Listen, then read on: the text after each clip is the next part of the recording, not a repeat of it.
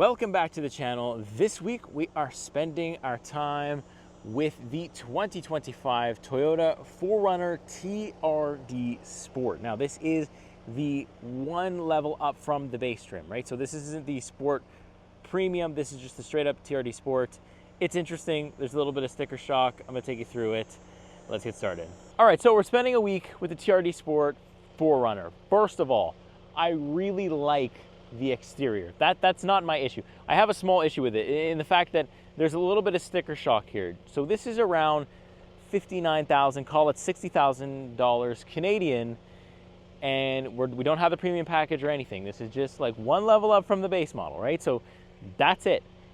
So I feel like it's expensive and there's a few things missing. So as we go through, I'm going to show you what I think is missing and what should be here for the price. But it is expensive. I will say that right off the bat. Can't hide it, and I won't hide it. So let's turn it around. Let's do like a little walk around here. I really like the look of this thing. I love the look of this thing, matter of fact. I think it only gets better as you go up in trim. But if you're gonna start here with the TRD Sport, it's a great place to start.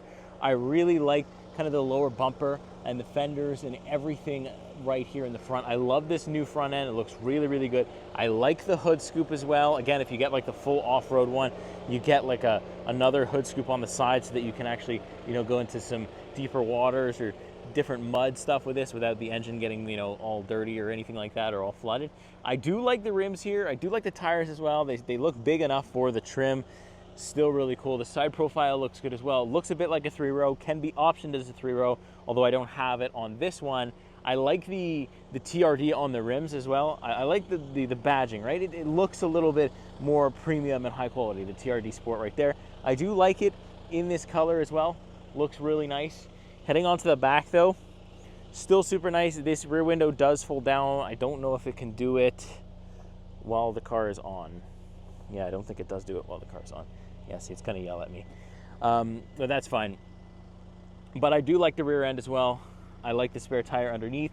They don't have too much of like an exhaust or anything like that, but check this out, right? 4Runner badge right there, looks nice. Got a rear facing camera, no 360 or anything.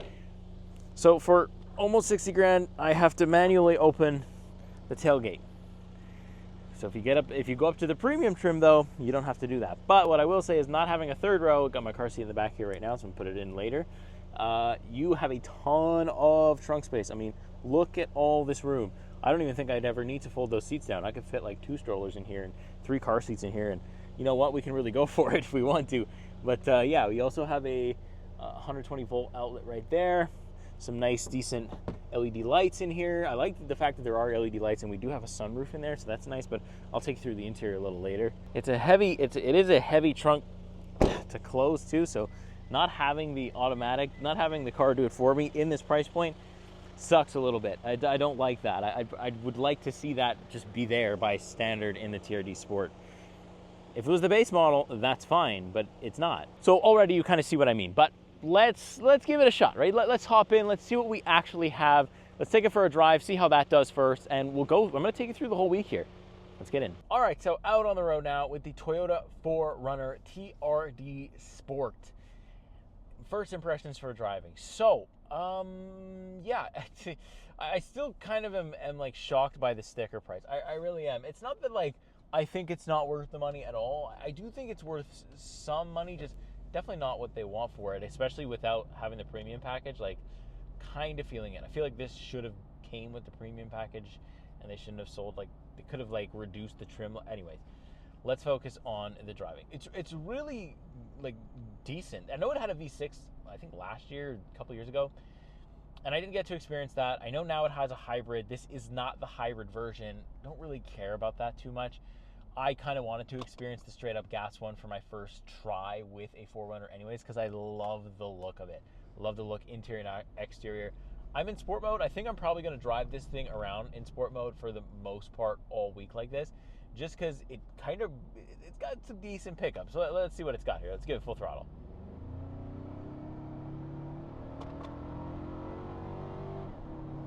Yeah, it gets up and goes. I mean, and I kind of like the rugged sound of it. Like, it doesn't sound great, but it also doesn't sound terrible at the same time, if that makes sense. Like, it sounds kind of like a big, heavy SUV. I don't hate it. And there's a little bit of turbo noise in there. There's a little bit of of spooling going on. So I have to give it its flowers for that. In terms of handling, in sport mode, I like it. In normal and eco mode, I don't feel as connected as I'd like to. Especially driving something a little bit bigger, you kind of want a little bit more connection in the steering wheel. You want to feel where your car is. And especially if you're driving off-road, which this, for some reason, doesn't have an off-road mode, but I guess it's just kind of, you know, the off-road mode is in the transfer case. So I have the 2 high, 4 high, and 4 low, and I can kind of adjust it to what my need is based on the terrain I'm in. So I guess you could make the argument that that's fine too. Maybe I would have liked to see maybe a bit more drive modes, a bit more different drivetrains that you could switch through, but it's all right the way it is. I like that the steering wheel is nice and big. There's physical buttons on the steering wheel as well. Visibility is actually pretty good. You can kind of just see out the hood scoop there, and you can get a good idea of how big the vehicle is. Not too bad. Ride quality is all right, I guess. Like, it depends on where I'm driving, because I've honestly driven over some craters here, and I felt them. I felt them pretty good. But then again, like when I am driving some decently equipped trucks as well, I feel them. I mean, it doesn't do a lot of damping. A lot of the newer trucks don't either. So can't really say that the 4Runner's terrible, but I feel like in the higher trims with a different set of tires, potentially bigger tires, I'd feel the harsh bumps a lot less. But nevertheless, for daily driving, for somebody that's never going to take it off-road, like I'm just never going to go off-road with this thing unless I find a trail just for the video. But like in day-to-day life, like I'm not driving this thing off-road. So I don't really care about it in that regard. For the on-road stuff, point A to point B, it's going to be pretty good. I like the space. I'll say that. The space is decent in the back, but elite in the trunk because I'm not equipped with that third row. So it looks really good. I just, you know, there's a few things that I want to go over later on during the week already, but I kind of want to live with it a little bit more before like I make my final, or like, you know, I pass any judgment at all. So I kind of want to, you know, get a grip with it, maybe take a day or two and just live with it and try to use it all and see how much screen size and not having like certain features really bothers me, and then kind of tell you about it. So we'll go over the interior a little later. The exterior, I love. It's very, very good, and it only gets better. That's the cool thing about this trim, or this truck, SUV, whatever you want to call it. It does get better as you go up in trims. It doesn't look nicer interior and exterior, so that's good, but it is going to cost you, and that's the thing that's a little bit of a hard pill to swallow. But I guess you can make the argument too that sure, you're paying a lot of money, but Toyota has kind of unmatched reliability. So like, you know, you pretty much know that you can buy it and beat on it for a long time, and it should last the test of time, which is always good news.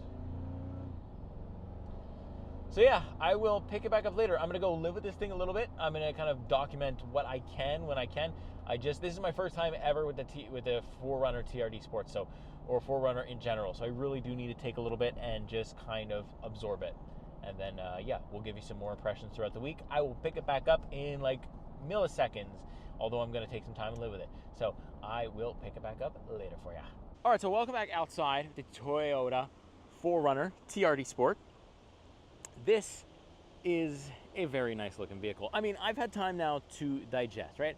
I've had time to look at the price. I've had time to look into everything and what it has. And from the exterior, I have not one singular complaint. Not one singular complaint. Well, maybe one singular complaint, but mostly no. Because I really like the look. I don't feel like the tires are too small. Although like the off-road version, which it is on the fleet, and I am gonna try to get it, but this is what we have for now. But I like this base, like just one up above the base model makes such a difference. I love this hood scoop. I just absolutely can't get enough of it. I love this new front end. They've just done, it looks so rugged, yet like kind of sporty at the same time. Like I don't know how they've managed to do it, but great job. This is one of my favorite looking Toyotas, I think, so far this year. I like the TRD badge. I like how much trunk space that we have. Like I said, my one problem with it is the fact that this, for like 60 grand Canadian, I've got to take it and I've got to pull it. That's not fun, and it's heavy. I mean, look, I mean, maybe I'm just spoiled. Maybe that's what it is and people don't care about it, but I don't know. I feel like in this price point, you're probably going to care about it. But man, look at these fender flares. I just love how it jets out on the sides. It just looks, there's just something about like a rugged vehicle that I absolutely love. It reminds me of a truck, but it's not. It's a full-size SUV. it could be a 3-row SUV. I really like that. But let's actually check up on the interior and see what we got. Let's start with the back quickly. I'm not actually going to get in. Just kind of want to show you what we're working with in there. It's a lot of wind today. Goodness. TRD Sport badge. Look at that. You know I love a good badge.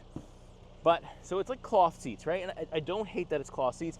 I also don't even hate these plastics because rugged. I want to be able to clean it. I want it to be easy to clean and not have a lot of different surfaces that are going to get dirty. I like this handle. I like this handle right here.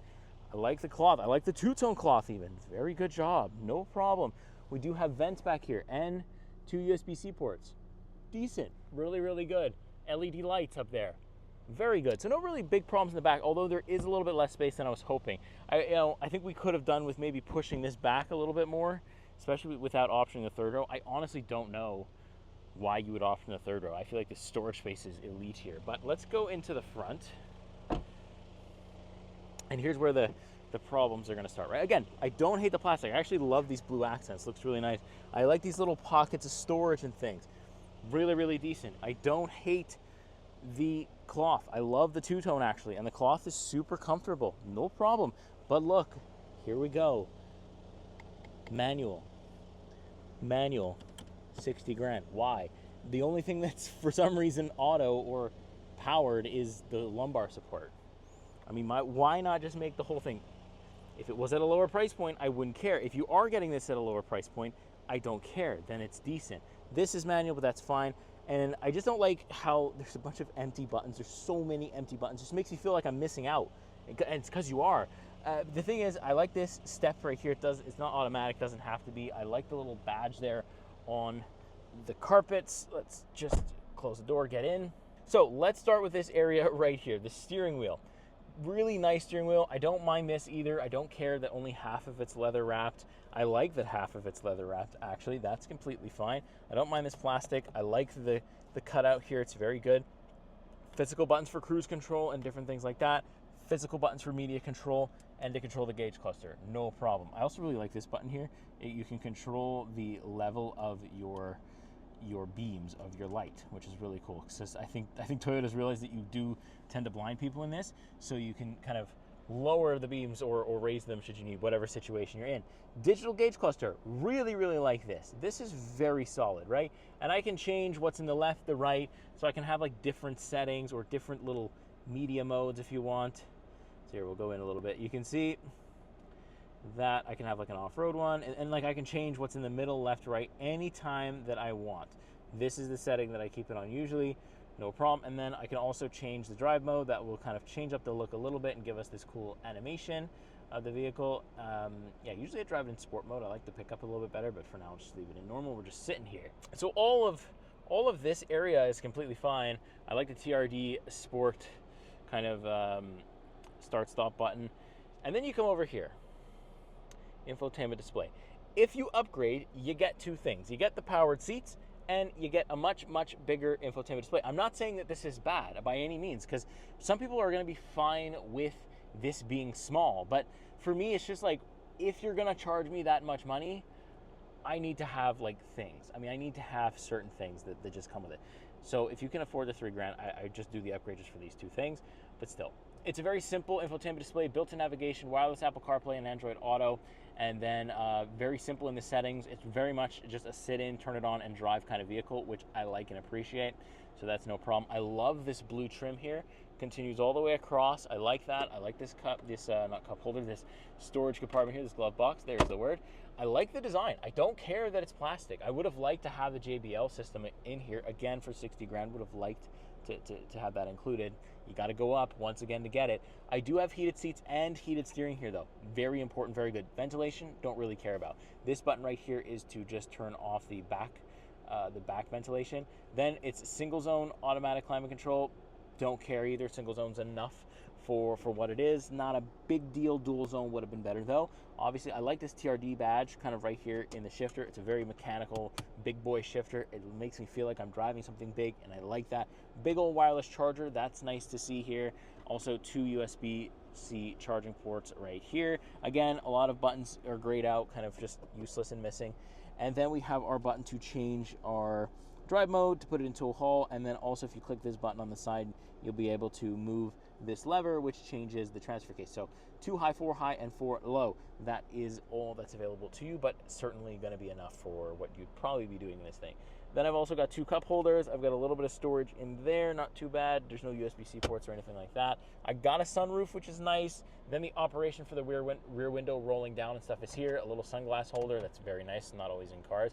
And then we have our sunroof operations, but it's nice to have a sunroof here. I like it, adds a decent amount of light in here as well. So overall, like, it's not a terrible interior. It's very comfortable. It's pretty roomy, especially trunk space wise, but it's just like, it's the price point. And the thing is if one company gets away with it, then they all start to do it. So like, just me as somebody who drives a lot of cars, I feel like it's something I have to call out. I would just get, if you're already spending $60,000 Canadian, I guess that's like what, 53 something US, spend a couple grand more. I mean, especially if you're leasing or financing it anyways, get the upgraded version. It'll be a lot better of an interior experience, I think, a lot higher value anyways. And I think that's the one to go with. I do want to try to get the higher trim. I do want to, just to see, first of all, how high that price really can go. And also, second of all, to see if there's any innate difference. You know, do I need any of the stuff that all that includes? I don't know. I haven't driven it. So for now, I just feel like I wish there was a bit more value here from Toyota because they have the reliability. Just want to see a little bit more out of it. But still, it's still overall a functional, really, really simple interior that has space, that's comfortable, and is easy to use. And I think just based off of that, it's a good interior. All right, so let's check out the engine for the 4Runner TRD Sport. So nothing crazy going on. You can see there's no battery power whatsoever here. This is just a straight up 4-cylinder engine. No more V6, so I think a lot of people will probably just be disappointed by that, but it's still producing sort of the same amount of horsepower. Maybe not the same noise and things like that you're used to, but definitely the same amount of horsepower is present. I honestly don't hate it. I think it's fine for what it is. I want it to be big and capable, and I think it's that. It doesn't need to tear up a street or like do 0 to 60 times in 5 seconds. I don't care about any of that when it comes to this. I just straight up want it to work properly, and I think Toyota will probably make that happen. Hopefully it's an engine that lasts long and is good to go for the long haul, especially again since this is $61,000. You don't want your engine crapping out on you that early, so you're really going to want to drive this thing into the ground preferably. So let's see what that means, but yeah, I think you'll be okay. I think this engine is pretty solid, actually. All right, so standing outside in the evening, the sun's still out, but you can't really tell, or you can't see it anyways because I'm in shape. But anyways, as the sun sets on this day, so does this video of the Toyota 4Runner. I'm gonna kind of leave things here on the exterior once more. Just gotta say, like, I know in this video I complained a lot about price, but that doesn't take away the fact that this is still a solid vehicle. This is still like a solid thing. I just wish it was in a better price point. I just wish that more people could access it. I just don't think that a lot of people will access it because of the fact that it costs a lot of money. And there's other things in the market that they could probably buy, other 3-row SUVs they'll probably buy that'll do the same thing for less money.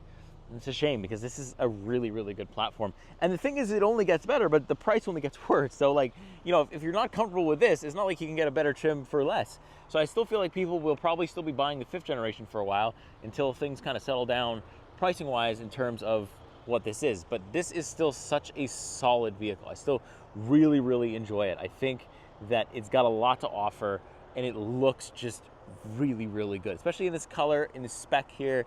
It's a good looking vehicle. Don't get it twisted. I really have enjoyed my time with this thing.